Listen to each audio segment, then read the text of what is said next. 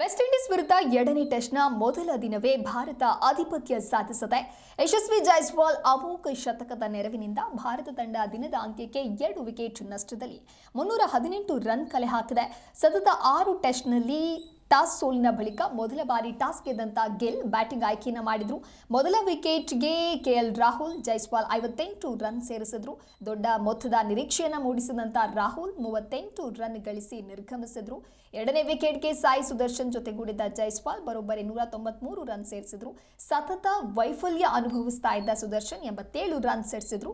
ಆದರೆ ಚೊಚ್ಚಲ ಶತಕದಿಂದ ವಂಚಿತರಾದರು.